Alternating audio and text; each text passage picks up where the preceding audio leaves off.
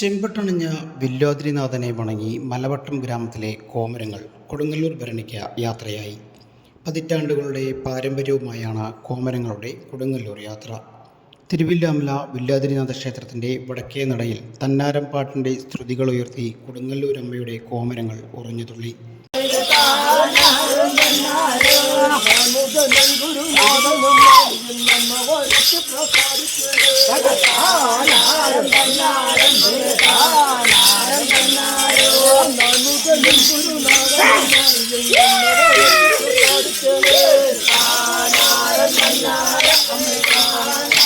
മുളങ്കോലിൽ താളമിട്ട തന്നാരം പാട്ടിൻ്റെ ശീലുകൾക്കനുസരിച്ച് കോമരങ്ങൾ നൃത്തം ചവിട്ടിയപ്പോൾ വില്വാദ്രിനാഥ ക്ഷേത്രത്തിൻ്റെ പടിഞ്ഞാറ് നട ഭക്തിസാന്ദ്രം.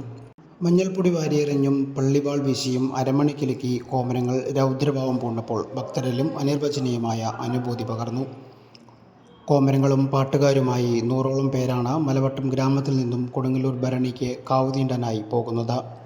പതിറ്റാണ്ടുകളായി മലവട്ടം ഗ്രാമത്തിൽ നിന്നും കൂട്ടമായാണ് കോമരങ്ങൾ യാത്ര പുറപ്പെടുക.